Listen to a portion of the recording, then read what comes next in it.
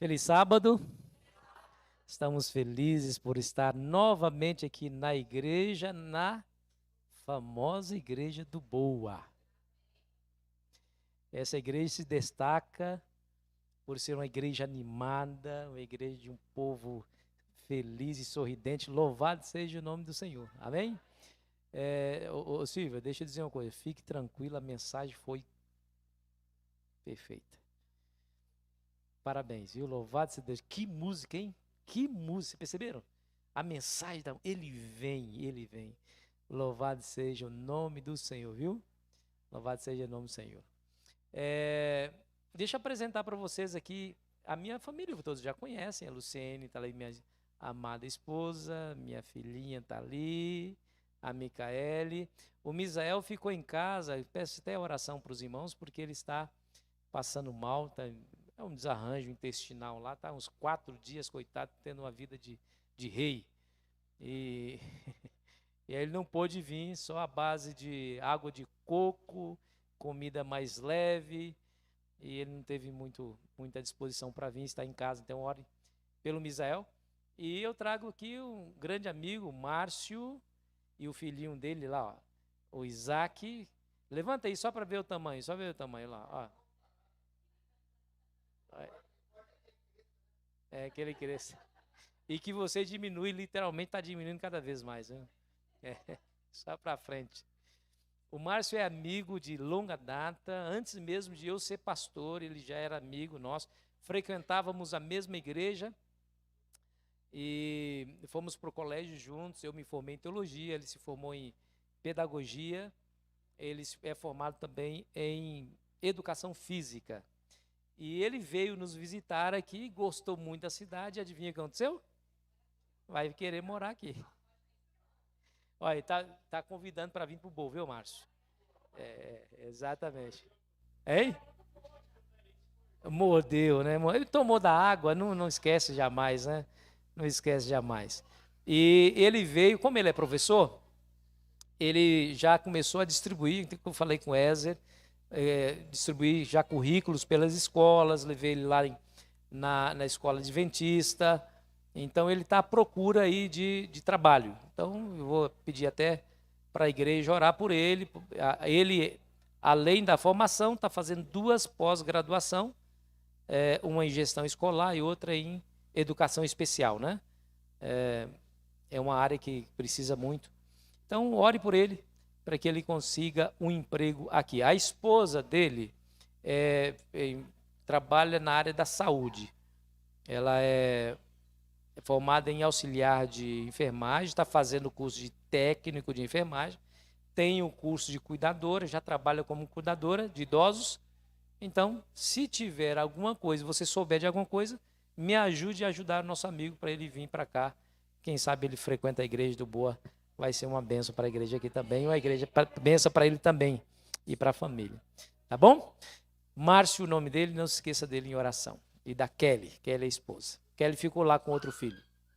Muito bem, gente, nós estamos começando uma semana especial. Semana das primícias. É uma semana de reflexão, de tomada de decisões. Sempre é bom nos reunirmos na igreja de Deus para meditar na sua palavra. E hoje eu gostaria de falar de um tema que para mim é o melhor, o que mais acalenta o coração, que é a volta de Jesus. Todos nós queremos que Jesus volte logo, né? Quem sabe seja esse o ano da volta de Jesus, né? Quem sabe? Tomara que seja. Tomara que seja. Bom, deixa eu só lembrar alguma coisa. Não estava no script falar, mas deixa eu só lembrar algumas coisas. Aqueles que gostam bastante de estudar a Bíblia vão relembrar do que eu vou dizer agora. No ano de 2027, daqui a 3 anos, segundo o Espírito de Profecia, que nós acreditamos que é uma mensagem de Deus para nós, o mundo completa 6.000 anos de história. Faz aí a ligação, faça a ligação aí. 6 trombetas, a 7ª é a volta de Jesus. Faz a ligação. 6 anos de trabalho na terra e o 7º é o ano do descanso sabático. Ou seja, a terra não pode ser cultivada, produzirá por si só. 6 anos, e o 7º ano seria o 7º do ano sabático. Faça a ligação aí na sua mente, faça a ligação. 6.000 anos de história do planeta, 1.000 anos passaremos no céu, a terra estará sem ser cultivada. Depois voltaremos para cá e a terra vai ser cultivada de novo. Entendeu? 2027 se completa 6.000 anos. Abra o olho. Por isso, a mensagem de hoje vai ser sobre a volta de Cristo. Nós iremos fazer aqui um estudo da palavra de Deus. Faremos um estudo da palavra de Deus para a gente relembrar alguns aspectos desse tema tão importante que é a volta de Jesus. Essa é uma série que eu gosto muito, Histórias da Profecia. Por onde eu vou, principalmente na África, essa é a série que eu uso para pregar o evangelho lá. Traz aí temas muito importantes e o tema de hoje é o Rei vem vindo. O Rei vem vindo. E eu gosto muito de fazer comparações. É bom de fazer comparações. E Jesus vai sair do santuário celestial para vir para a terra. Para quem gosta de ler o Espírito de Profecia sabe disso. Ellen White diz que o Senhor Jesus vai tirar as vestes sacerdotais e vai colocar as vestes de juiz. Sairá do santuário para buscar o seu povo aqui nessa terra. Será que nós temos alguma história na Bíblia que faz eco a essa grande realidade? Bom, você se lembra que tem algumas pessoas, alguns personagens bíblicos que são, assim, enigmáticos, né? Pessoas ruins. A Bíblia não esconde de defeito dos seus personagens. Ela não tem essa pretensão de esconder os defeitos. É por isso que a Bíblia é confiável. Quando ela fala de Davi, fala também dos erros de Davi. Fala ou não fala? Fala do pecado de Davi, fala do adultério de Davi, do assassinato de Davi. A Bíblia não esconde os erros dos seus personagens. Também a Bíblia fala de pessoas más, que foram más desde o primeiro dia até o último dia, até o dia que morreram. Mas o tempo todo. Você lembra de Jezabel? Rainha má, não é? Adoradora de outros deuses. Matou os profetas do Senhor, tentou matar o profeta Elias. Fez com que Israel adorasse o seu próprio Deus. Construiu na terra de Israel, em Jezreel, um templo em memória e adoração de Baal, o seu Deus. Essa é uma mulher má. Mas se você pensa que foi uma mulher má, é porque você talvez não considerou quem foi a filha de Jezabel, Atalia. Atalia foi ainda pior do que Jezabel. Diz a história que Acasias, filho dela, filho de Atalia, Atalia gerou um filho, Acasias, e esse Acasias assumiu o trono de Judá. Escute bem a história. Quando Acasias morreu, ele teve vários filhos, netos dela. Quando o seu filho morreu, ela colocou na cabeça que ela deveria ser rainha, que não deveria ser rei nenhum dos filhos de Acasias, seus netos. Adivinha o que ela fez? Abra sua Bíblia aí. Abra sua Bíblia, vamos ao texto bíblico em 2 Reis, capítulo 11, versículo 1 a 3. 2 Reis, capítulo 11, versículo 1 a 3.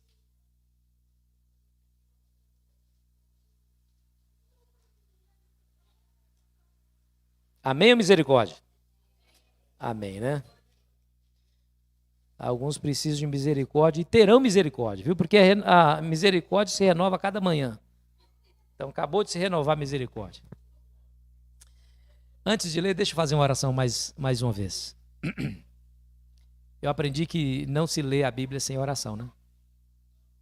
Vamos orar. Querido Pai, a Tua palavra está aberta, Senhor, nós queremos estudá-la, queremos colocá-la no nosso coração, nós queremos saber qual é a Sua vontade para nós nesse dia e pedimos humildemente que a Tua palavra brilhe sobre nós, que o Senhor nos mostre o desejo do Senhor para nós, que a Tua vontade esteja clara, límpida diante de nós, para que possamos escolher viver de acordo com a Tua vontade. nos ajude para tanto, em nome de Jesus. Amém.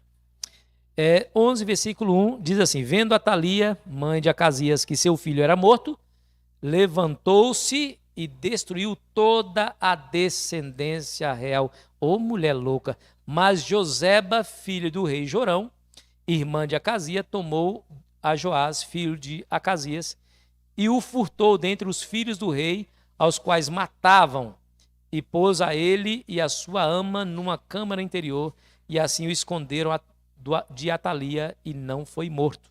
Joseba o teve escondido na casa do Senhor. Quanto tempo? 6 anos. Nesse tempo, Atalia reinava sobre a terra. Bom, você entendeu aí o contexto, né? Você entendeu o contexto. Essa mulher mandou matar todos os seus netos, porém, a irmã de Joás escondeu esse menino aonde? Na casa do Senhor, no templo. E Joiada era o sumo sacerdote naquela época, e Joiada educou esse menino como se fosse seu próprio filho. Durante 6 anos, pouquíssimas pessoas sabiam da existência de Joás. Pouquíssimas pessoas. Somente pessoas de confiança sabiam da existência do menino rei, do verdadeiro herdeiro ao trono. E durante 6 anos, Joiada estava orando ao Senhor para que ele pudesse apresentar o verdadeiro herdeiro ao trono para o povo e que Deus preparasse um momento adequado para isso. Sabe o que ele fez? Muito esperto. Ele reuniu os principais capitães do exército para lhes apresentar o herdeiro ao trono. Ele sabia que esses fiéis capitães também não eram somente fiéis ao povo de Judá, mas também à verdadeira dinastia davídica, ao trono. E esses homens, capitães do exército, estavam descontentes com o golpe de Estado que a má rainha Atalia deu, e agora ele apresenta o menino diante dos soldados. Olha lá, olha os soldados de fundo ali. Ó. Lá no fundo tem os soldados. Em conselho com os capitães, eles determinaram o melhor dia para apresentar o pequeno Joás ao povo. Sabe quando eles escolheram? Numa sexta-feira, quando o povo, os fiéis de Deus, vinham para o templo para adorar o Senhor. E quando chegou o tempo, na sexta-feira, Joiada apresenta o menino ao povo e o povo fica extasiado. Ficaram assim um pouco, meio confuso, mas quando viu a coroa real na cabeça do menino, eles se alegraram, bateram palma e disseram: viva o rei, viva o rei. Agora, olha que interessante, lá do palácio real, Atalia ouviu os gritos de clamor, de aclamação, melhor dizendo, ao rei, e resolveu ir até ao templo para saber o que estava acontecendo. Mas ela mal sabia que aquele seria o seu último dia. Ali já estava tudo preparado, os soldados a prenderam juntamente com os que estavam com ela, e naquele mesmo dia Atalia morreu, foi morta, e Joás herdou o trono. Que coisa extraordinária, né? Bom, a Bíblia nos diz que outro filho de Davi, logo vai sair do templo em meio a trombetas para receber o reino. Coisa interessante, né? Da mesma forma que Joás saiu do templo e recebeu o reino, outro filho de Davi também sairá do templo para receber o reino. E a Bíblia diz assim, Apocalipse 14, versículo 14: olhei, eis uma nuvem branca, e sentado sobre a nuvem um semelhante ao Filho do Homem, e tendo na cabeça uma coroa de ouro. Você se lembra que o povo, ao ver o pequeno Joás com a coroa na cabeça, aclamaram: viva o rei. O Senhor Jesus vai voltar, sair do templo sagrado, do santuário, também tendo na cabeça a coroa real, e haveremos de aclamar: esse é o nosso Deus em quem nós esperávamos. Na sua salvação nos alegraremos e exultaremos. Coisa maravilhosa, né? Bom, a vinda de Cristo é uma certeza. Os estudiosos já determinaram aí a quantidade de vezes que essa promessa aparece na Bíblia. Só no Antigo Testamento, 1.845 textos falam sobre a segunda vinda. 1.845 textos. Dos 260 capítulos do Novo Testamento, do Novo Testamento, existem 318 referências à volta de Cristo nos 260 capítulos. 23 dos 27 livros do Novo Testamento falam desse grande evento. Então, a vinda de Jesus é uma certeza absoluta. Pastor, mas o que lhe faz seguro de que realmente Jesus voltará? Os próprios discípulos acreditavam que Jesus voltaria no seu tempo. E os discípulos morreram. E muitos e milhares de cristãos acreditaram que Jesus iria voltar. Mas todos morreram, todos sucumbiram diante do tempo e morreram. E Jesus não voltou. Pastor, o que lhe faz acreditar que de fato Jesus vai voltar a essa terra? Existem 3 razões que me fazem acreditar, uma mais forte do que a outra. A primeira é que os discípulos disseram que Jesus vai voltar, e eles viveram, Silvia, por favor, Silvia, você abre aqui para mim, por favor, que eu estou com a mão ocupada. Eles viveram por essa mensagem. Eles não somente viveram, mas também eles morreram por essa mensagem. Sim ou não? Alguém dificilmente morreria por uma mentira. Diante da pressão de perder a própria vida, diria a verdade.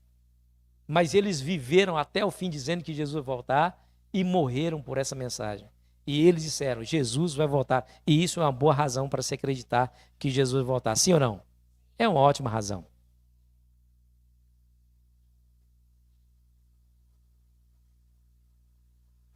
Além disso, nós temos os anjos dizendo que Jesus vai voltar. Você se lembra que em Atos capítulo 1, quando os discípulos estavam vendo Jesus subindo aos céus, apareceu... Eu estou com a impressão ou o meu microfone está baixo? Tá bom o som assim? Tá bom? Parece que eu estou forçando a voz para que vocês me ouçam, mas tá bom assim, né? Ok. Você se lembra que os discípulos estavam olhando Jesus estava subindo aos céus, quando apareceram 2 varões de branco ao redor deles e disseram, varões galileus, por que estão olhando esse Jesus que está sendo assunto aos céus? Da mesma maneira que o viste subir, ele voltará. Olha, os anjos de Deus disseram, Jesus vai voltar. Então, eu acredito que vai voltar. Mas essa é a segunda razão, mas a maior razão que me faz acreditar que Jesus vai voltar a esse mundo é porque ele mesmo disse, não se turbe o vosso coração, credes em Deus, na casa de meu pai há muitas moradas, se não fosse assim eu vos teria dito, eu vou preparar-vos lugar, e quando eu preparar-vos lugar, voltarei outra vez. Esse Deus cumpre as suas promessas. Mas pastor, tem gente que nasceu acreditando que Jesus vai voltar e já envelheceram e já morreram e Jesus não voltou. Mas quem disse que ele voltaria no tempo que a gente espera? Ele vai voltar na plenitude dos tempos. Ou seja, Ellen White diz que os planos de Deus não conhecem tardança ou adiantamento, vai vir no momento exato, Bom, diante dessa realidade, já temos certeza, você também acredita, eu também acredito que Jesus vai voltar, mas diante disso, há algumas pessoas, algumas correntes teológicas que acreditam em coisas que a Bíblia não apoia acerca da segunda vinda de Cristo. Alguns evangélicos acreditam que Jesus vai vir de maneira secreta. Você já ouviu isso? Já ouviu isso? De maneira secreta. Ou seja, inclusive alguns carros, em alguns carros você vê aqueles adesivos dizendo, em caso de arrebatamento, esse carro ficará desgovernado. Você já assistiu ou ouviu falar de uma série de filmes chamado Deixados para Trás? Pois muito bem, retrata essa teoria de que quando Jesus voltar, somente os salvos o verão e os ímpios não perceberão a vinda de Cristo. Mas será que é isso mesmo que a Bíblia diz? O que a Bíblia fala sobre a volta de Cristo? Mateus capítulo 24, versículo 30, diz, então aparecerá no céu o sinal do Filho do Homem, e todos os povos da terra se lamentarão. E, vamos lá, olha aqui, ó. Todos os povos da terra se lamentarão e... Ué, mas espera aí. Não é somente os salvos que vão ver? Aqui, esses que se lamentam são salvos ou perdidos? Perdidos. Por isso estão se lamentando, concordam?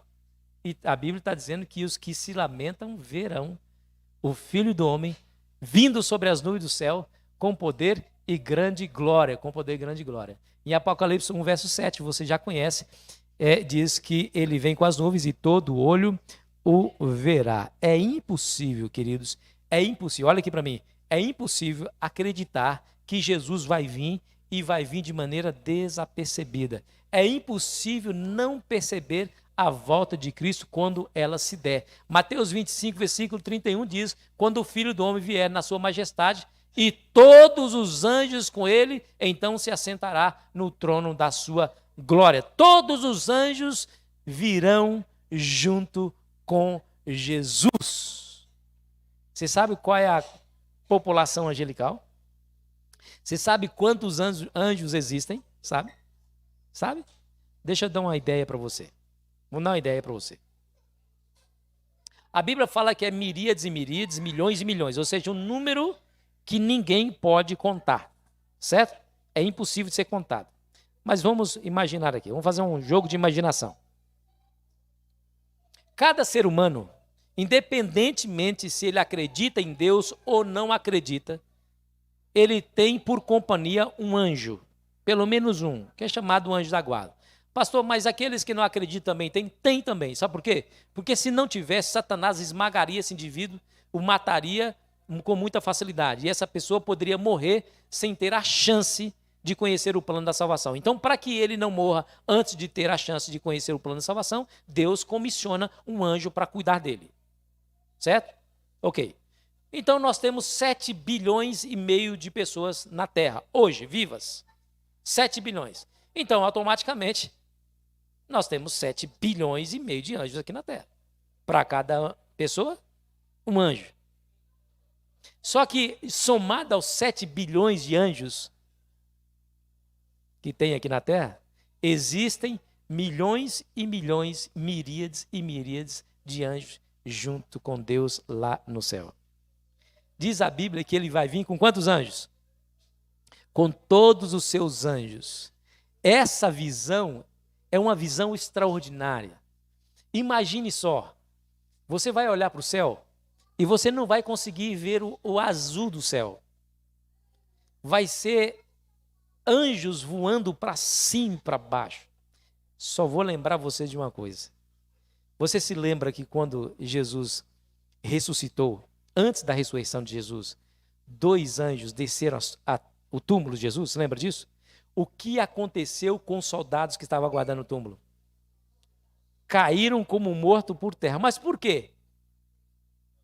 Por causa da glória do anjo. Você se lembra? Eu só estou relembrando aqui para você fazer aí as contas, para você ligar os pontos aí na sua cabeça. Você se lembra que quando Moisés subiu ao monte e ficou 40 dias e 40 noites com Deus lá no monte, quando ele voltou, como é que estava o seu rosto? Resplandecente. E o que ele teve que fazer?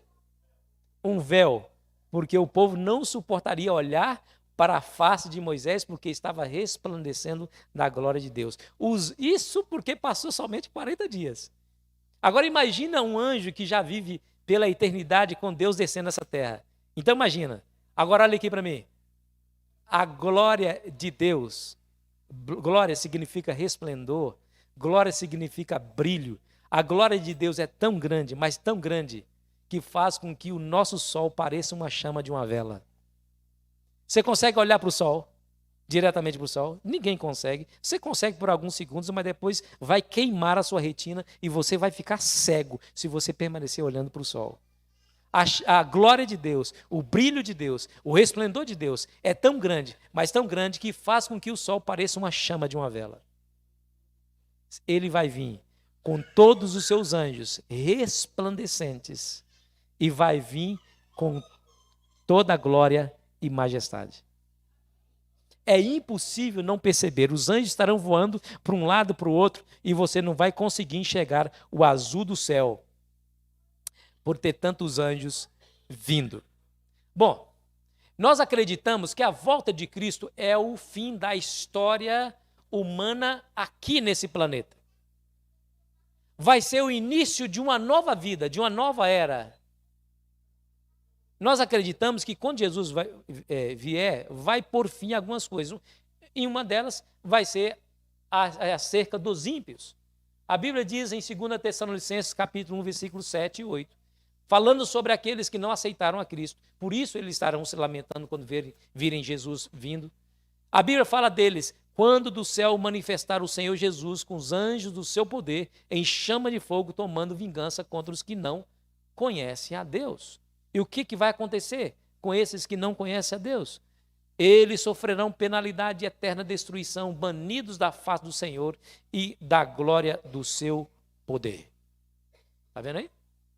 Então, lá do céu, presta atenção, lá do céu, quando Deus olha para os habitantes dessa terra, quantas classes ele vê? Quantas? 2 classes. Salvos e perdidos. Aí você pode chamar de justos e injustos. Você pode chamar de santos e ímpios. Você pode chamar de crentes ou incrédulos. Não importa. Só 2 classes, certo? Essas 2 classes são subdivididas em 2 classes. A classe dos santos estão divididas em santos vivos e santos mortos. E a classe dos ímpios também é a mesma coisa. Ok? Então nós sabemos que quando Jesus voltar, os ímpios vão morrer. Através do quê? Através da glória de Cristo. Irmãos, o que aconteceria conosco, nós que cremos em Cristo? O que aconteceria conosco se Deus aparecesse do jeito que Ele é, com toda a sua majestade, com toda a sua glória, aqui no meio, nessa igreja? Totalmente fulminados, queimados, destruídos pelo resplendor da glória de Cristo. Por que você acha, olha aqui para mim, por que você acha que quando fala da transformação, o apóstolo Paulo fala que tem que ser no abrir e fechar de olhos? Porque aqueles que foram salvos por Cristo, ainda com a natureza pecaminosa, precisam ser transformados em questão de segundos, porque senão serão afetados negativamente pela glória de Deus e morrerão, tombarão no solo, assim como os ímpios irão morrer. Então, a transformação tem que ser no abrir e fechar de olhos, ao ressoar da última trombeta. E os mortos ressuscitarão e nós seremos transformados. Aquilo que é corruptível se revestirá da incorruptibilidade e aquilo que é mortal se revestirá da imortalidade. Em que velocidade vai ser isso? No abrir e fechar de olhos, para que a glória de Cristo também não nos mate. Também não nos mate. Então, se nós temos uma classe, que é a classe dos ímpios, que vai morrer, vai ser destruída, aniquilada por ocasião da volta de Cristo, nós temos uma classe que restou, certo? Que é a classe dos salvos. Bom, conta-se a história, 400 anos antes de Cristo, que Sócrates, você sabe que Sócrates suicidou-se, né? Conta a história de que ele tomou uma taça de veneno, deu para os seus discípulos, e um dos seus discípulos lhe perguntou assim, ó, será que nós vamos viver de novo? Perguntou para Sócrates. E ele respondeu, eu espero que sim, mas ninguém pode saber. Depois morreu. Olha que coisa doida, né? Um homem inteligente desse tomou a taça de vinho. Bom, eles não sabem se depois de morto vai reviver, mas nós sabemos, né? Porque a Bíblia fala em 1 Tessalonicenses 4,16, os mortos em Cristo ressuscitarão primeiro. Então, a classe dos salvos, aquelas que morreram na esperança da volta de Cristo, não permanecerão para sempre na sepultura. A sepultura não será capaz de reter os filhos de Deus que acreditaram em Cristo. Amém ou não amém? A Bíblia diz assim, ó, não vos maravilheis disto, porque vem a hora os que acham nos túmulos ouvirão a minha voz e sairão. Louvado seja Deus por isso. Louvado seja Deus. Então, os ímpios morrerão, os mortos em Cristo vão ressurgir pelo poder da ressurreição. A ressurreição de Cristo garante a nossa própria ressurreição. Ou seja, aqueles que fecharam os olhos pela última vez, e todos nós já tivemos experiência como essa. Todos nós já tivemos a amarga e a triste experiência de verem os nossos entes queridos morrendo, fechando seus olhos pela última vez. O ano passado, tive a tristeza de enterrar o meu pai. Talvez você já passou por isso. Mas a ressurreição resolve o nosso problema. O local mais triste da terra, que é o cemitério, vai se tornar, na manhã da ressurreição, o local mais feliz da terra. Porque ali nós reencontraremos os nossos amados que depusemos pela morte na sepultura. Mas deixa eu contar a história para vocês. Um dia que você estiver viajando lá na Inglaterra, que o povo do Boa aqui é chique, o povo do Boa, ele viaja para fora do país. O pastor, quando viaja, vai ali em Ubatuba. Tá bom. Mas quando o povo do Boa viaja, é Inglaterra, é Londres, é Suíça. O dia que você estiver na Inglaterra, lá perto, próximo da estação King Cross, existe um túmulo interessante. O túmulo dessa senhora aí, ó, chamada Lady Anne Grimstone. Lady Anne Grimstone. Quem era essa senhora? Uma ateia, que não somente não acreditava em Deus, mas também zombavam da fé. Ela dizia que os cristãos estavam totalmente enganados por acreditar que haveria vida após a morte, que não haveria de jeito nenhum a questão da ressurreição. E para desafiar essa crença, quando ela estava morrendo, ela pediu para seus familiares colocarem o seu corpo dentro de um túmulo de mármore. Em cima desse túmulo, uma pesada laje. E para não ter dúvida, pediu para que o seu túmulo fosse rodeado de grades fortes, para que nunca pudesse ser violado. E ela dizia: meu túmulo nunca vai se abrir. Eu estarei lá para sempre. Ela disse isso. Ela fez um desafio, não fez? Você sabe o que aconteceu? O tempo passa, os anos também. Aí acontece uma pequena rachadura no mármore. Caiu uma pequena semente lá dentro. Uma árvore começou a brotar de dentro do túmulo para fora. Quebrou a laje, quebrou o túmulo e se tornou uma das maiores árvores ali naquela região. Aí é o túmulo dela aí. Ela desafiou o Todo-Poderoso e parece que Deus aceitou o desafio. O túmulo dela foi aberto e ela dizia que nunca seria aberto. Meus amigos, o que vai acontecer com os justos ressurretos e os justos vivos? A Bíblia diz assim, ó: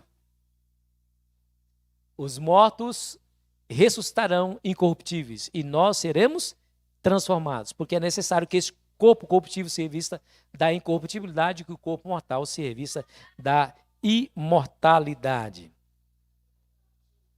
Agora, é preciso advertir a igreja. Essa é uma verdade escriturística, não tem como você negar. Quando você abre a Bíblia, como nós vimos lá, dos 260 capítulos que tem no Novo Testamento, 318 referências somente sobre a volta de Cristo.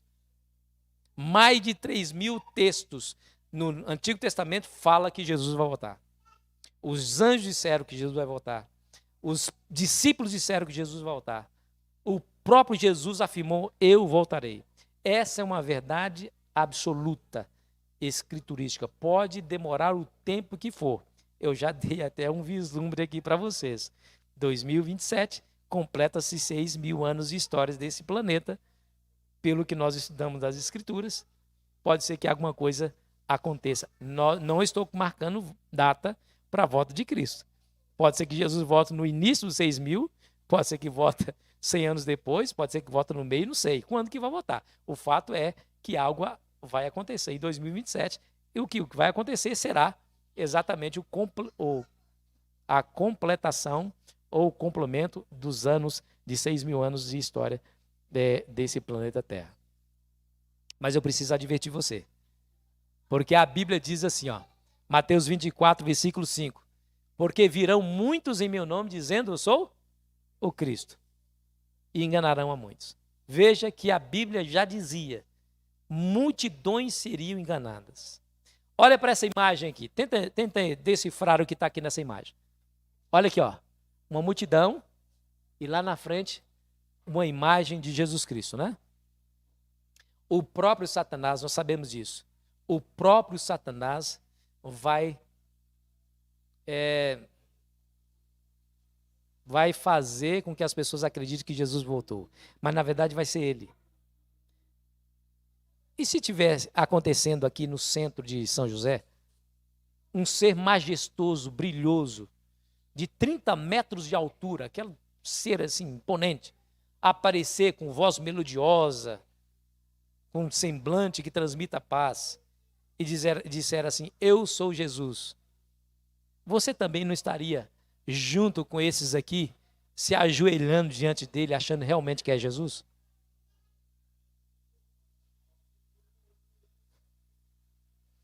A Bíblia diz que muitos viriam meu nome dizendo eu sou Cristo e enganariam a muitos. Deixa eu contar a história dos astecas para vocês. Você sabe que os astecas, quando foram conquistados pelos espanhóis, eles não ofereceram resistência a princípio por causa de uma antiga crença asteca. Eles acreditavam que um Deus de pele branca veio ao mundo e ensinou os seus antepassados a arte da pesca e da agricultura. E foi embora. E prometeu voltar para levá-los para um mundo melhor. Isso era uma crença asteca. Quando os espanhóis chegaram, que tinha pele branca, eles acharam que eram os descendentes do antigo Deus de pele branca e aceitaram facilmente a imposição dos espanhóis sobre eles. Cuidado, cuidado, porque muitos virão no meu nome dizendo eu sou o Cristo. Olha aí, Mateus 24, 24 a 26. Porque surgirão falsos cristos e falsos profetas operando grandes sinais e prodígios para enganar, se possível, os próprios eleitos. Olha que interessante. Os falsos profetas e falsos cristos operam sinais e prodígios, curam, fazem milagres. Mas eles fazem isso com o fim de enganar, se possível. Por que não é possível enganar os eleitos? É impossível enganar os eleitos, se possível, porque não é. Se possível, porque os eleitos estudam a Bíblia e estão de olhos abertos para os acontecimentos relativos à volta de Cristo. Por isso é impossível enganar os eleitos. Portanto, se vos disserem, eis que ele está no interior da casa, não acrediteis. Aí o Ézer disse muito bem. Todo olho está vendo, pastor? Liga lá para o seu amigo que está lá no Japão. Pergunta, você está vendo Jesus aí? Não estou vendo não. Ah, então é só aqui? Então não vá não. Não vá não. Ah, pastor, mas tem 40 metros de altura, é grandão, é brilhoso. E daí? Satanás pode fazer uma imagem assim ou não? Ou não pode? A Bíblia fala que ele transfigura em anjo de luz. Então, não caia nessa, porque você pode ser também mais um dos enganados, né? Eu vi outro dia uma reportagem de um indivíduo, de um repórter que estava em Jerusalém entrevistando um dono de uma pousada. E o dono da pousada disse o seguinte, eu já perdi as contas de quantos Jesus Cristo eu já hospedei na minha estalagem. Você se lembra desse aqui, ó? Esse é o Jesus Cristo brasileiro, né? E num programa de televisão, alguém lhe perguntou assim, mas Henri, chama-se Henri Cristo. Henri, a Bíblia fala que Jesus, quando vier, vai vir nas nuvens dos céus. E ele diz assim, mas quando eu vim aqui para o programa, saí do Paraná para cá, eu vim de avião. E o avião anda onde? É um faceiro mesmo, né? É um faceiro mesmo. Muitos outros já proclamaram o final do mundo. Esse indivíduo aí, ó, um empresário, pregador, espalhou vários outdoors para os Estados Unidos dizendo que o julgamento final seria dia 21 de maio de 2011. Quem lembra de 2012? Lembra do filme 2012? Baseado em um calendário maia, de que o mundo acabaria em 2012. Mateus 24, 36, mas a respeito daquele dia e hora, ninguém sabe, nem os anjos do céu, nem o Filho, senão o Pai. Mateus 24, 33, assim também vós, quando vides todas essas coisas, sabei que está próximo. Olha, não sabemos o dia e nem a hora, mas podemos dizer que está próximo por causa dos sinais que foi nos dado a conhecer. Queridos, olha aqui. Alguém aqui já ouviu falar da cidade de Pompeia? Lembra da cidade de Pompeia? Pompeia ficava no sopé do Monte Vesúvio, que eles acreditavam que era um monte, mas na verdade era um vulcão. Havia 20.000 pessoas morando nessa cidade. Era uma cidade, assim, bem movimentada. Os romanos tinham aí colônias de férias. Uma cidade onde tinha muita promiscuidade. Era, assim, a luxúria. Essa cidade era bem visitada. Ela ficava no monte, perto do Monte Vesúvio. O que aconteceu é que, sem eles esperarem, em uma certa noite, o Vesúvio explodiu. De maneira inesperada. Toneladas de cinzas, lavas e rocha foram jogadas sobre a cidade. O que aconteceu é impressionante. Aquelas pessoas acordaram em meio àquele estrondo e começaram a fugir. Enquanto estavam fugindo, a fumaça tóxica baixou sobre eles. E respirando aquelas fumaças, eles caíram. E aquelas fumaça com aquelas cinzas, depositaram sobre os corpos que estavam ali. E veio a chuva, esfriou aquela cinza e ficou um molde. Passou-se muito tempo, os arqueólogos acharam as ruínas. O que eles fizeram? Eles simplesmente encheram de gesso aqueles moldes. E ali nós tivemos um retrato fidedigno, inclusive da expressão facial daquelas pessoas que foram mortas pela erupção do Vesúvio. Olha que interessante, ó. Aqui, infelizmente, eu acho que não deu certo. Tem várias fotos aí. Vocês conseguem editar esse slide? Não? Tem bastante. Peguei tudo na internet. Assim, expressões de horror, as pessoas fugindo, abraçados com sua família, outros abraçados com itens de valor. E os arqueólogos encheram de gesso. E aí está nos museus aí. Não sei em que museu que está, mas ele está aí mostrando realmente a terrível destruição que se abateu sobre a cidade de Pompeia. Muito bem. Vocês estão tentando aí, né? Por isso que eu não estou conseguindo passar aqui. Vamos ver se eles conseguem ali. O que eu queria dizer com isso é o seguinte, olha. Jesus vai vir em um momento que a gente não espera. Onde as pessoas não esperam. Ele vai vir. As pessoas estarão vivendo normalmente. Fazendo planos como sempre fizeram. Quando de repente nós iremos ver o Senhor Jesus voltando. Ellen White viu a cena. Aparecerá no horizonte uma nuvem.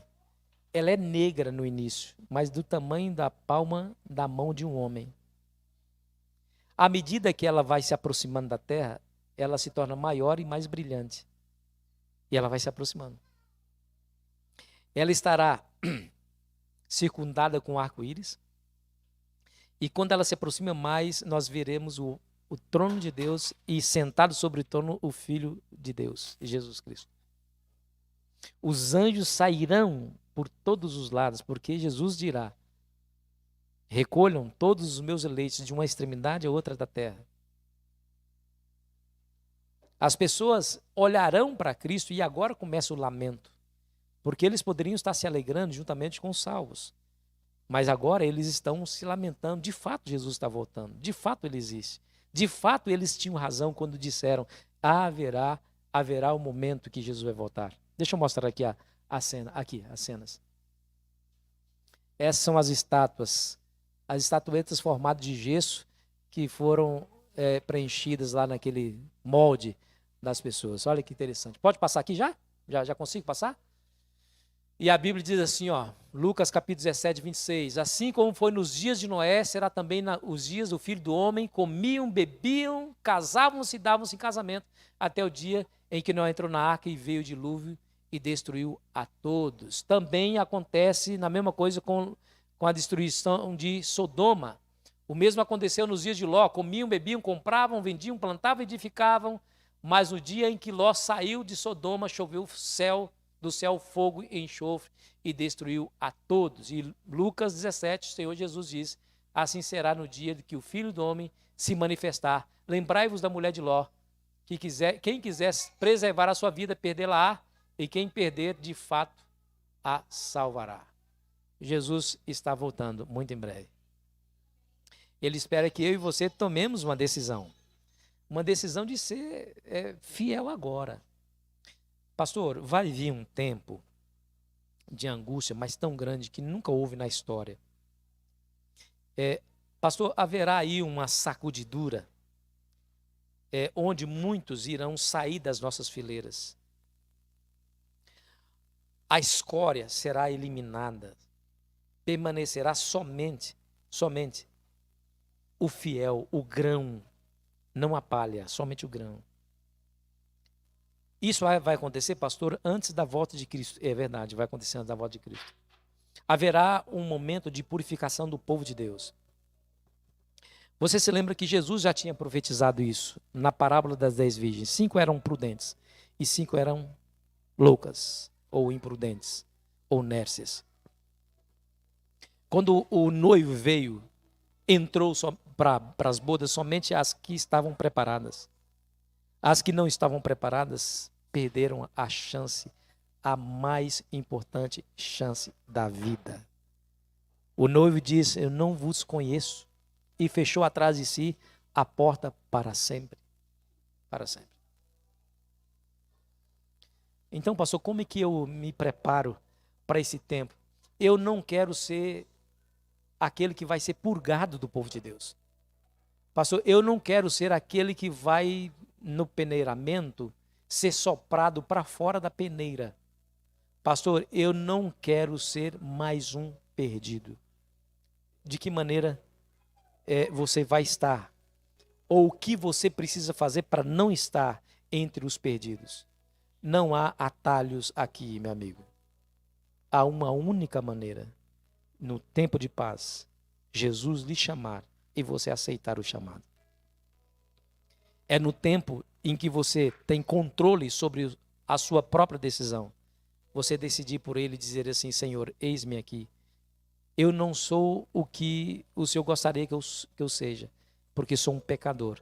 Mas eu quero colocar a minha vida nas tuas mãos. Senhor, o meu coração é impuro, mas é o que eu tenho e é o que eu lhe ofereço. E é precisamente isso o que o Senhor Jesus quer que você faça. Dá-me, filho meu, o teu coração.